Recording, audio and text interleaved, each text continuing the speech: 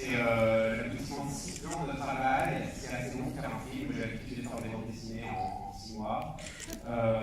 Donc c'est assez émouvant. On a été à Cannes, présenter le film dans des conditions dantesques. Parce qu'on était en sélection officielle, mais sur la plage, il y avait eu une manif dans notre séance autour de Julie Godrèche avant, qui a duré 1 heure. Ensuite, il était très froid, il n'y avait plus, les transats étaient mouillés, et puis il y a eu un feu d'artifice organisé par des oligarques sur un yacht au milieu du film. Je pense que ça va arriver ce soir, vous serez dans des très bonnes conditions. Merci à l'UGC Cinécité de nous accueillir. Voilà, certains d'entre vous connaissent peut-être la série Sex and the City que Jean-Paul Huyghe avait déjà réalisée pendant de longues années. Et là, on se retrouve pour ce film qui était une aventure somptueuse, avec cette idée aussi de raconter notre histoire par cette espèce de prisme préhistorique, 40 millions de licences pour affronter des choses qui nous terrorisent, qui nous concernent, qui nous amusent, mais qui nous entourent. Voilà, j'espère que ça vous amusera. C'est assez dense, c'est un peu moins dense que la série, donc on a fait un rythme particulier, qui est ce rythme du long métrage. Pour nous, c'est un peu. Voilà, on a quand même un peu le track, parce que c'est un peu nouveau. Jean-Paul, c'est un mot à dire. Écoutez, je suis ravi d'être ici parmi vous. Moi, j'aimerais surtout remercier l'équipe qui a travaillé d'arrache-pied avec nous, que ce soit les storyboarders, les designers, les animateurs, tout ce qui est décoration, le compositing, les effets spéciaux, bien évidemment aussi la musique, les ingénieurs du son qui n'ont pas été avares et de temps et de talent. Donc je voudrais les remercier parce que c'est vrai que le cinéma,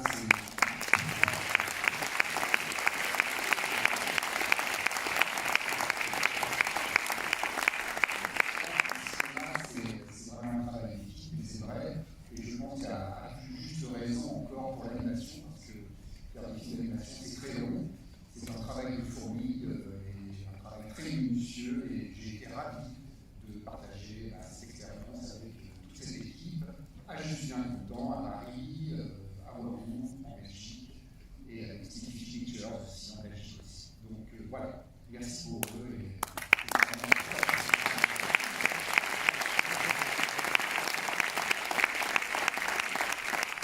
Comme vous pouvez constater, on est quand même dans une situation planétaire et nationale qui se rapproche quand même d'un naufrage.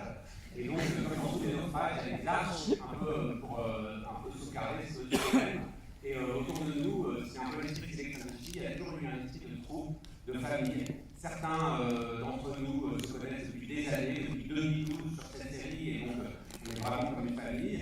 D'autres nous rejoint parce qu'ils aimaient cet univers.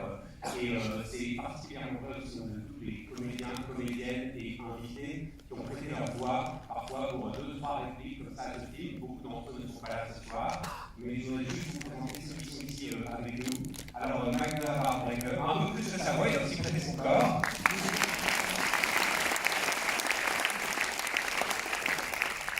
Paul Arouzou, qui a laissé son micro pour être là.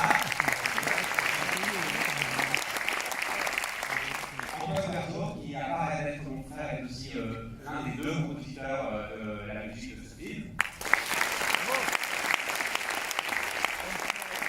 Il y a une distance de schizophrénie toujours entre le dessin et la réalité, et c'est 2 fois plus vrai pour le personnage de Webb. Parce que depuis toujours, c'est Camille Cerceau qui prête sa voix à Webb.com, la jeune fille de la famille, donc qui est ici.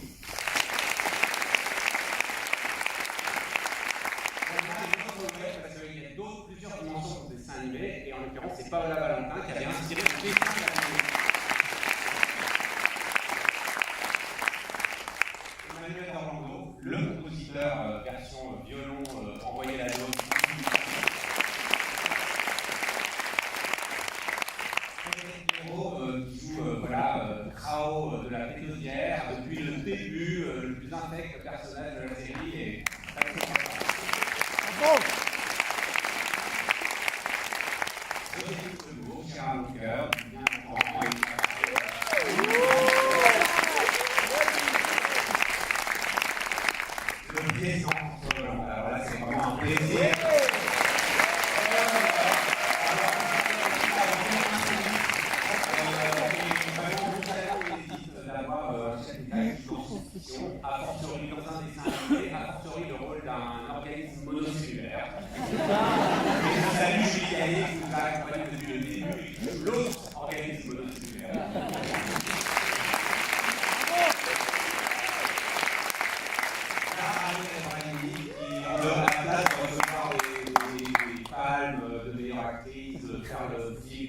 fait la chronique depuis une semaine, suit aussi le projet depuis longtemps parce qu'elle était là le jour où j'ai reçu la proposition de faire ce long métrage il y a 6 ans de ça, et ce contrat, donc voilà, est un peu le gros génie de cette production.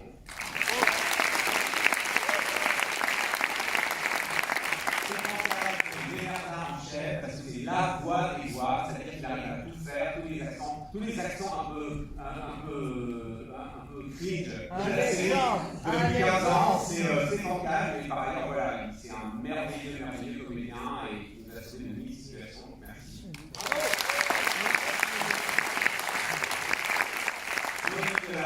Spam.com depuis toujours, en plus d'être Athéna dans 50 millions de soleils, donc c'est le pilier de la série depuis 1000 ans.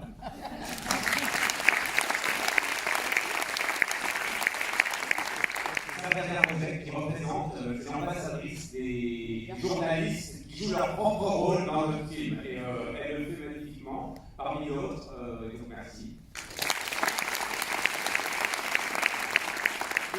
Pierre consul de Belgique ce soir parmi nous, parce qu'il y a eu tout un tournage qui s'est fait en Belgique, et j'ai rencontré cette équipe d'acteurs belges incroyable, on s'est bien marré, vous allez le voir, parce que lui, il a fait sur son corps.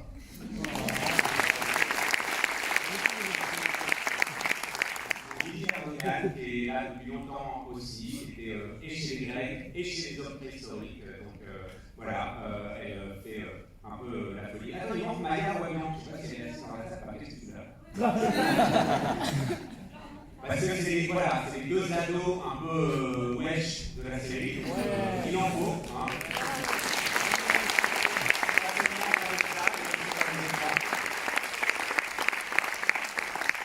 Et enfin, voilà. L'hommage particulier de la soirée, c'est pour Franck Quincy. Parce que Franck Quincy, il avait fait il y a 12 ans de ça, vite fait, la version pilote de Sex and the City pour le vendre avec Holicourt, que je remercie, on n'en a pas trop parlé, c'est celui-ci, sur Arte. Et finalement, il était tellement bon dans la bande démo qu'on l'a gardé, mais lui, en l'occurrence, c'est le producteur du film. Et donc, il s'est retrouvé à poil la moitié du temps en pagne à déambuler à Villefort, dans la périphérie de Bruxelles, pour nous amener jusqu'ici. Donc, il a tout fait, la voix, manger au restaurant, produire le film et nous accompagner. Donc, Franck Quincy, blockbuster. Bravo!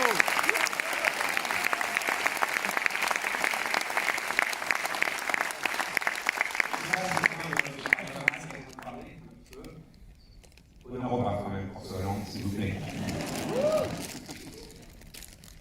J'ai exercé beaucoup de rôles dans ma vie, été candidat de multiples fonctions, mais jamais, je dois dire, il m'a été proposé d'être un organisme monocellulaire. Il m'a dit, Jules, ce serait un organisme monocellulaire normal.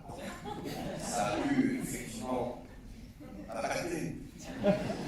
Il m'a dit aussi que j'allais avoir le rôle principal. C'est pas tout à fait vrai. J'ai le rôle initial qui raconte l'histoire. Une histoire qui va se dérouler sans moi. Ça peut arriver. C'est très agréable, je vous l'assure. Et puis, pour finir de me convaincre, il m'a dit, le cinéma, ce sont des acteurs, des actrices, et il y aura une actrice. Et c'était donc Julie Gaillis qui m'a fait quand même une grande surprise quand je me suis présenté dans le studio pour enregistrer. Donc nous sommes deux organismes monocellulaires et depuis nous arrivons à avoir des problèmes de communication. C'est pas si simple. Et savoir que j'ai pu anticiper le monde tel qu'il est 40 000 années avant qu'il ne soit ce que vous connaissez aujourd'hui. Je veux dire, si on cherche un homme d'expérience dans le moment qu'on connaît, regardez le film.